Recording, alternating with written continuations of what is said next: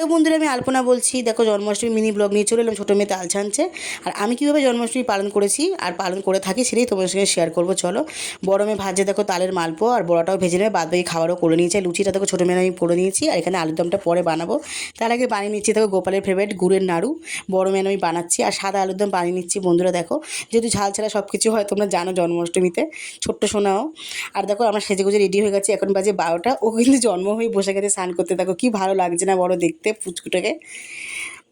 পঞ্চামৃত দিয়ে স্নান করে দিচ্ছি দেখো ওকে। আমরা তিনজনে মিলে কিন্তু পুজোটা করবো। আর মা দিচ্ছে দেখো দুটো ড্রেস, দেখো জামা, একটা জামা ওকে পরিয়ে দেবো, আর ভাই দিয়েছে মুকুট আর হারটা, কত সুন্দর দেখতে না বলো। আর বোন কিন্তু রূপোর জিনিস সব দিয়েছে ওকে, এবছরটা পড়ালাম না। আর দেখো ভোগ নিবেদন করে দিয়েছি, রাত্রি 2টো অবধি পুজো হয়েছে। বন্ধুরা, ব্রাহ্মণ আমরা পাই না অত রাতে, তাই জন্য আমরাই পুজো করছি। ছোটো মেয়ে বছরে পুজো করছে, বর প্রতি বছর করে, তো এবছরের শরীরটা ভালো না তাই জন্য করছে না। যাই হোক, তোমার ছোটো মেয়ে ব্লগটা কীরকম লাগলো অবশ্যই জানিও। ভালো লাগলে লাইক কমেন্ট শেয়ার করে দিও। টাটা বন্ধুরা।